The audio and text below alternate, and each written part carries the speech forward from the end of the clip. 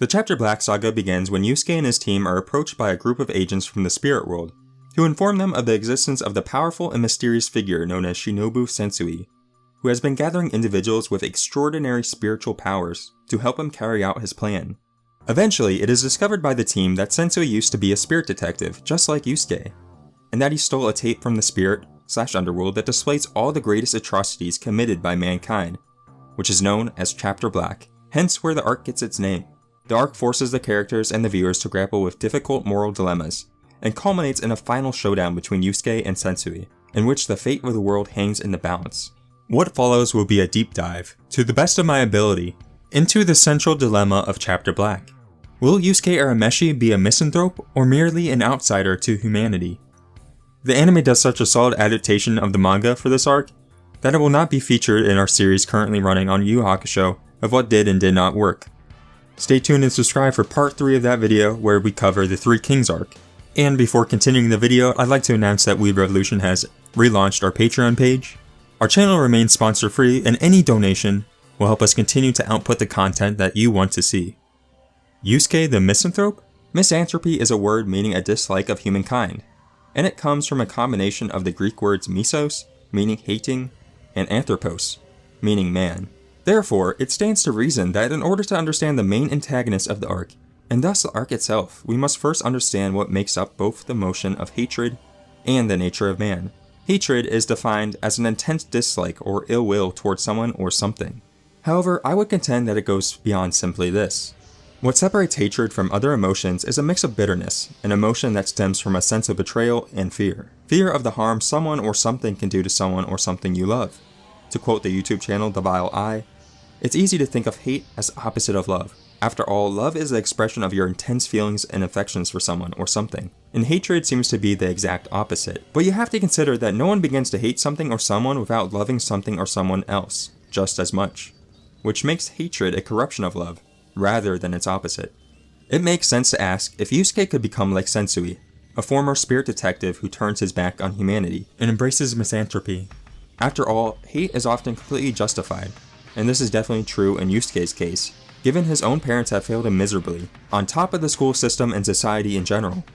Additionally, most of the folks Sensui recruits are in fact just humans after all, not demons as one may suspect, as the primary beneficiaries of his plan to open a portal to the demon world. It's not like he would be unable to acquire the validation he's always sought then, especially considering his immense power, which would make him vital to the plan.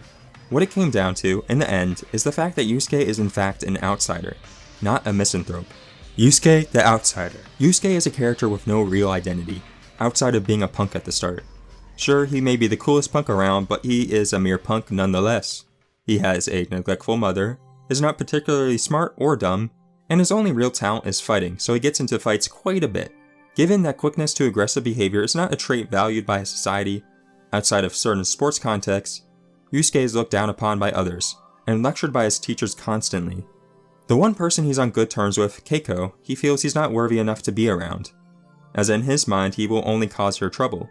All these things are compounded by the fact that opening up and being honest about his feelings is something else on the long list of things he's not good at. By the time he comes across a small child with a ball on the street, he desires nothing more than to feel appreciated by someone, and by amusing that boy he gets exactly what he wants. Is it any wonder why he was so willing to jump in front of a car just moments later? In short, Yusuke initially is an outsider to society, unable to sincerely commit to any role that'll get him validation that he desires. And it is only through his battles with the series' various villains that he is able to determine a path for himself. While he never loses his outsider status, through his interactions with demon world entities, he is able to over time view humanity in general more like any other animal than that of his own, paradoxically allowing him to be less alienated than he would feel as a mere lonely member of the species. Remember, if we think hatred as a corrupted form of love, then the only sentient species that could truly hate humanity are the ones that have a vested interest in the species, as opposed to merely disliking their presence. Kurama and Hiei would thus struggle to truly hate humanity. As powerful demons born outside of it, they had no opportunity to develop a love for the species, thus a sense of bitterness, nor a sense of fear that would originate from them. In short, the two had no strong reasons to care about the whole humanity one way or the other. Contrast this with Itsuki, who was similarly born out of humanity, but did manage to develop a love for it through its best representative, Sensui. and thus was able to develop a hatred for the rest of it, as well as the spirit and underworld. As the philosopher Giacomo Leopardi once said, "Real misanthropes are not found in solitude but in the world, since it is experience of life and not philosophy, which produces a real hatred of mankind." For an existentialist like Toguro, humans manufacture themselves. Therefore, any failure is a failure of your own self-creation. I'm not strong enough to protect those I love? I must abandon my weak existence as a human, obviously. For Shinobu Sensui, however, who never failed at anything in his life, the only logical conclusion to come to was that the outside world is what caused the suffering. Thus, he came to hate those outside of himself. Humans had an irreducible essence that precedes their existence in his mind. An essence that is one of deceitful evil incarnate. Yusuke had to overcome both the subjectiveness of Toguro's existentialism, as well as the mysticism/moralism of Sensui's misanthropy, so that he could begin looking at things systemically, which is addressed in the final arc, Three Kings, where Yusuke comes up with an immoral systemic solution to the problem of succession in Demon World. That's why the Chapter Black arc was the perfect time to reveal his demon ancestry. The central narrative of the series manages to strike a great balance between the simplicity that allows the plot to serve primarily as a vehicle to drive in as many battles as possible, while also having characters that have some of the most complex and interesting personalities in battle shonen. Watching Yusuke manage his growing power level and feelings of belonging as they clash with his utter inability to deal with the life that he always has to come back to is the spice of the latter half of the series. And it is only because of Chapter Black that we are able to see that him giving up identifying with humanity doesn't mean that he's given up on being human. When I became a spirit detective, they told me they are not like us, so they must be against us. Their difference threatens our sameness. It is us versus them. Humans are good and demons are bad. We are just and they are unjust. But I was an adolescent and did not even think to question such simple binaries. I could not have been more wrong. I discovered the humans I was sworn to protect were in truth the greater monsters. And if that were so, then I had to question everything I knew of the monsters I'd been fighting. My world turned inside out.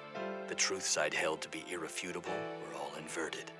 When I learned that I was going to die, I knew that I needed to collapse those boundaries between us and them, thus the tunnel. And then I could come here to die. I thought if I could see the world through their eyes, be a stranger in a strange land, then maybe I could understand them better, and thus understand myself. Dying by demon hands, I could then make penance for my sins. But then I saw you, Urameshi, first demonized in a human's body, and then humanized in a demon's. You dissolved the barriers between us in ways I never imagined, and now I can finally rest. Shinobu. Urameshi, you are the justice I could never find. Great changes will come through you. Someday when you're lying in my position, you'll know a dying man's need for closure. But until then, thank you.